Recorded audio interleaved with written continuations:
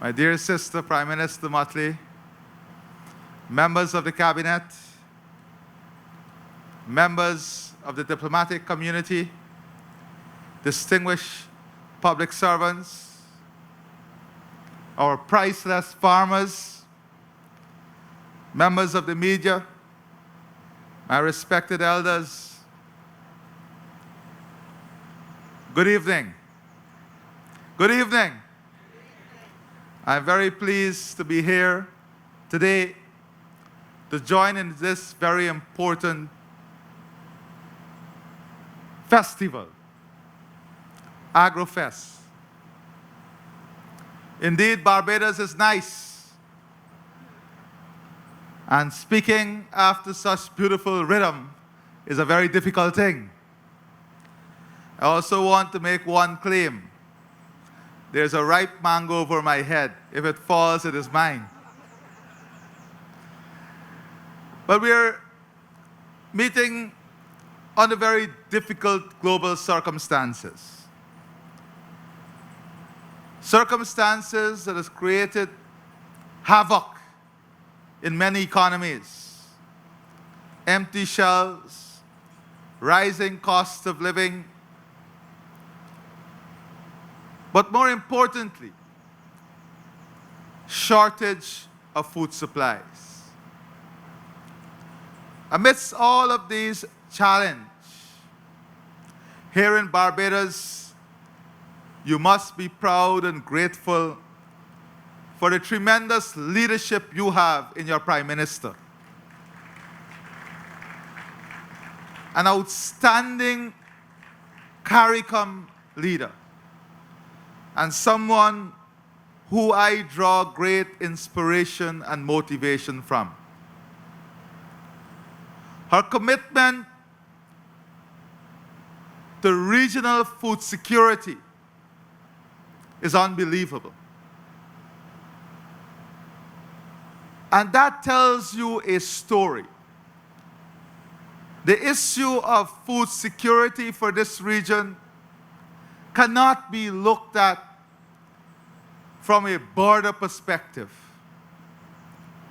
Because each one of us in this region, each country, comes with different challenge, but each one of us brings a unique opportunity in creating the solution.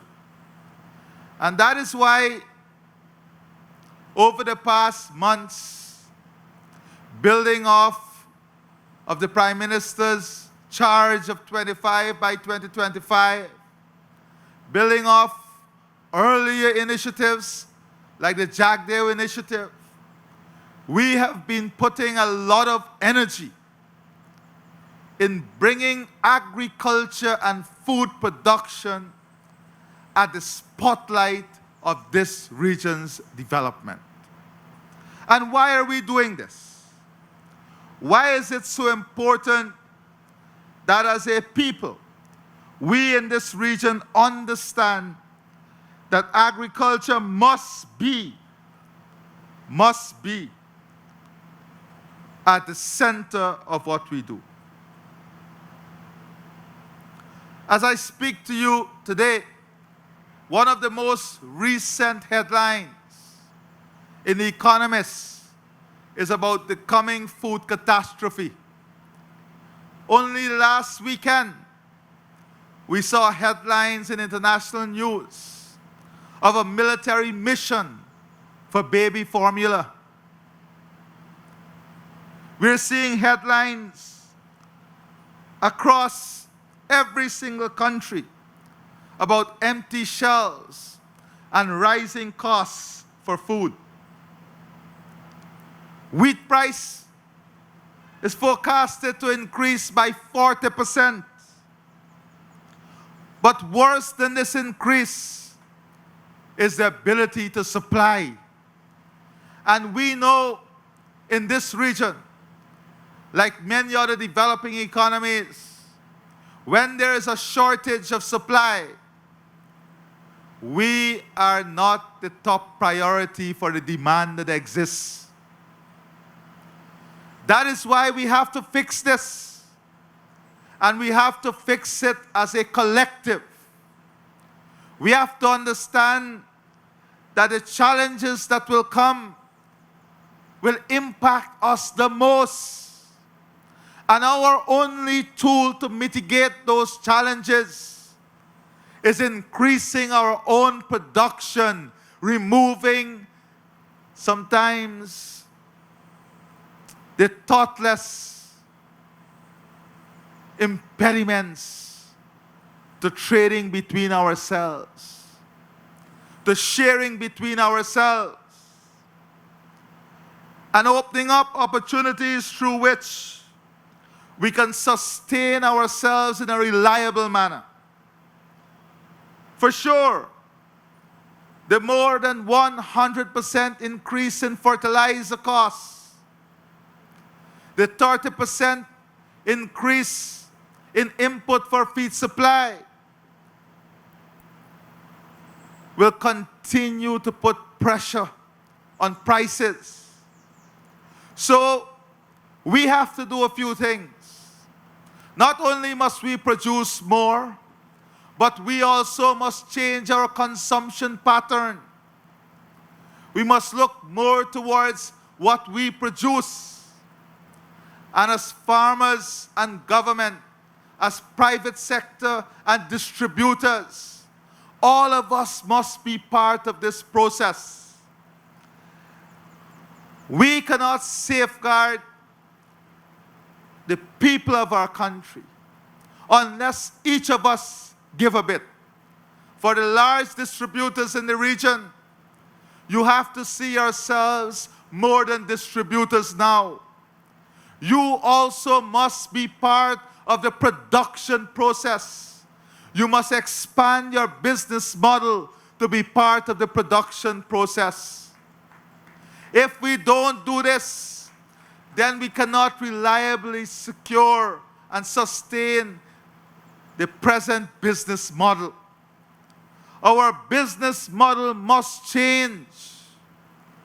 It is only when that business model changes that we can pull all the segments of our society together. If we distribute more of what we produce, we will help to break the cycle of consumption that comes from extra-regional sources. And you have an excellent opportunity now, because governments in the region, as Minister Indar pointed out, are ready and willing to embrace you on this journey, to embrace and support you on this journey of transforming our food infrastructure, our food value chain. We are already working on a master plan for the region to enhance our food production system, our support system for the farmers. But we also are conscious that the immediate need is also to secure supply. Whilst we are building our productive capacity, whilst we are building our transportation and logistics system, we have to look at markets that can sustain our supplies in the immediate future, because there is a major food catastrophe coming. That is why Guyana and Barbados, and today I just want to spend some amount of time, I assure you not too much of your time, to elaborate a bit on this model that we are seeking to create with Guyana and Barbados. It is a model, Prime Minister Motley and I, we are convinced that once we can show the results of this model, it is a model that can be replicated all across the region to create a win-win scenario and position for all of us. But we cannot see ourselves as competitors. We cannot see ourselves as opposite side of the same wicket. we have to see ourselves as a singular collective, a singular partner, working together for one common goal and vision. That is to give the best possible opportunity to the people of our country, to bring prosperity to the people of our country, to put food on the tables of our people in this region at a less cost, at a sustainable cost, and in a much healthier fashion. That is what we are hoping to achieve through many initiatives that we are pursuing. But these initiatives would not see or bear fruit unless we enhance our trust of each other. And that is why, at the level of the government, we are trying to demonstrate that we want to create a trusting environment, an enabling environment in which we must work trusting each other. This is an important factor in advancing the relationship. It is because of the new dynamism in this relationship and this trust that I'm talking about, that today we have more than 150 Guyanese participating in this Agrofest. We have more than 55 companies participating. And this is only the beginning. I assure you, this relationship would get stronger and better and create a win-win position for Guyana and Barbados. Very soon, with the Minister of Agriculture from Guyana, who is also the chair of the Ministerial Task Force, we are working with Minister Indar in bringing a team from the state of Roraima, northern Brazil, to Barbados. They're advancing technology in every sphere of agriculture. And we want them to come here to work with your farming community, to work with your farmers, to work with your private sector, your distributors, to see how we can do things better. And I assure you that all the plans that we have, all the ideas that we have, will be done in total consultation and support of the people, the stakeholders in this sector. Because unless we have the full participation and buy-in of the stakeholders, we will not realize the success we want to. The relationship that we are building between Guyana and Barbados is to bring economic prosperity to both countries. We are not looking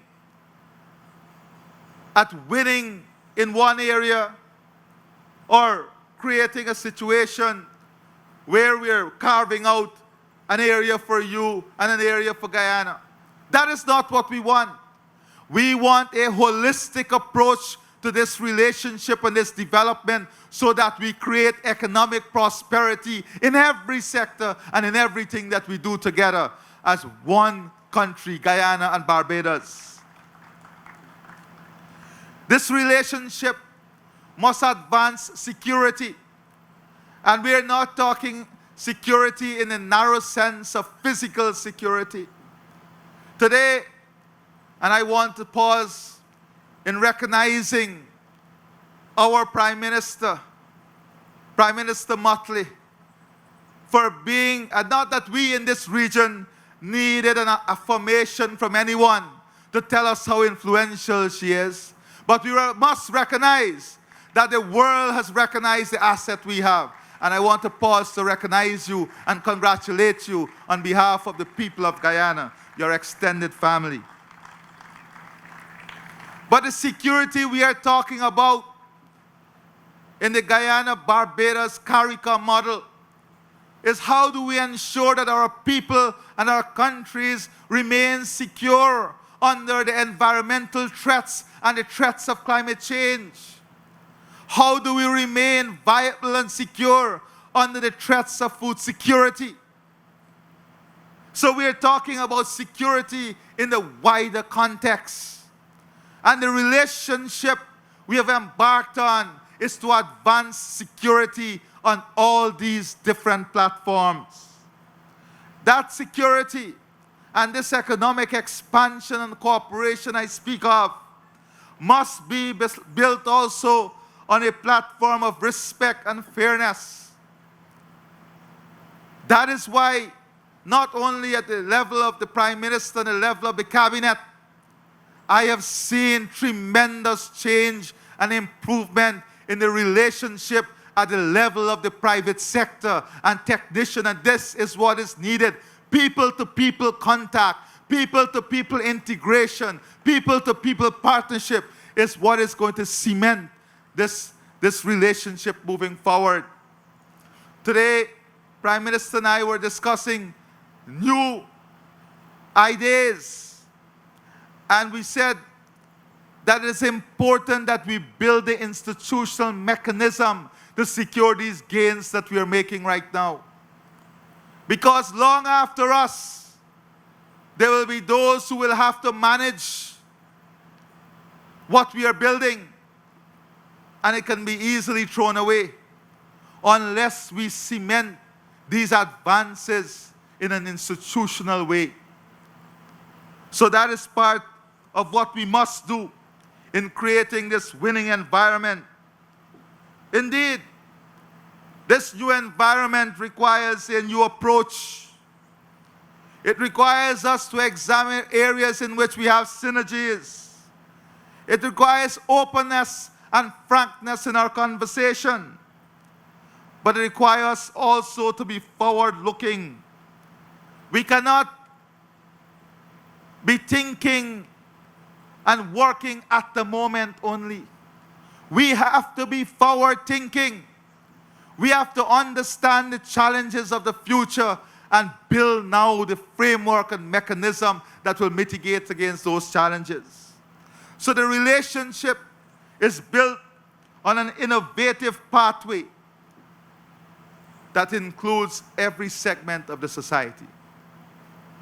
I just wanted to speak a bit about this relationship because there are a lot of persons looking on at the development and evolution of this relationship between Guyana and Barbados. And I don't want us to lose sight or to be motivated into some other narrative, but to understand the context and the narrative through which this relationship between Guyana and Barbados is blossoming. And I'm focusing on Guyana and Barbados tonight because we are here to celebrate Agrofest with you. We are here to launch a number of initiatives. As I speak to you, young people from Barbados are in Guyana receiving training in the agricultural sector, in shared house development, shared house management, and they will return here to build shared houses and to manage shared houses and participate in the agricultural process.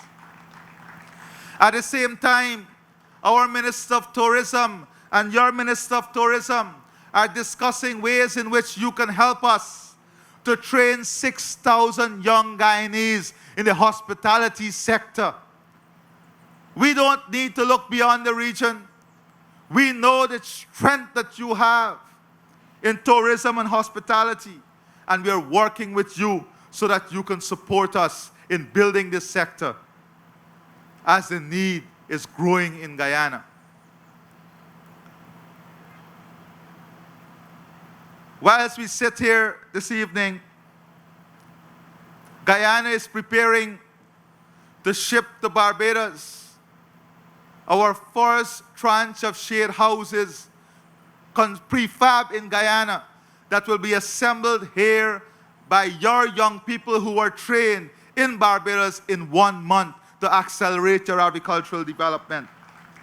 I'm identifying real projects that we are undertaking in just months of relationship to advance the progress and the ideas and the targets that we are setting ourselves.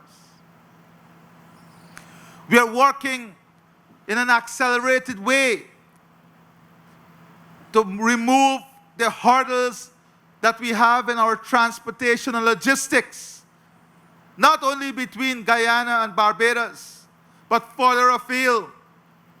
We are already examining development partners and stakeholders that will work with us to help us to move limestone to Guyana, to bring corn and soya to Barbados as input at cheaper costs to help the feed producers. That will help the poultry farmers, the livestock farmers. We are working aggressively on twinning our economies, starting with tourism. And we are offering, I've already discussed this with Prime Minister Motley, that we are working to create a link between northern Brazil and Barbados directly, so that you can access millions of people as a new market for your tourism, especially off-peak. To do this, we have offered space to Barbados in our consulate office in the state of Roraima, where Visit Barbados, Barbados Tourism Authority would establish themselves to promote Barbados and advance your tourism product. We are launching, well, let me finish with this tourism point. We are working on merging our tourism product, and we are working towards operational efficiency and cost efficiency by marketing jointly Guyana and Barbados as a singular brand. In markets that we are, we will market Barbados. In markets that you are, you will market Guyana. We are looking at creating a winning formula for both Guyana and Barbados. That is the objective.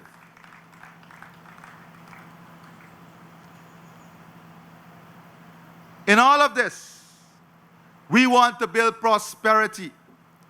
We want to build prosperity and improve livelihood options for every single family in Barbados and Guyana. We are launching the Barbados Black Belly Sheep Program in Guyana with the support of Barbados. We are advancing this project.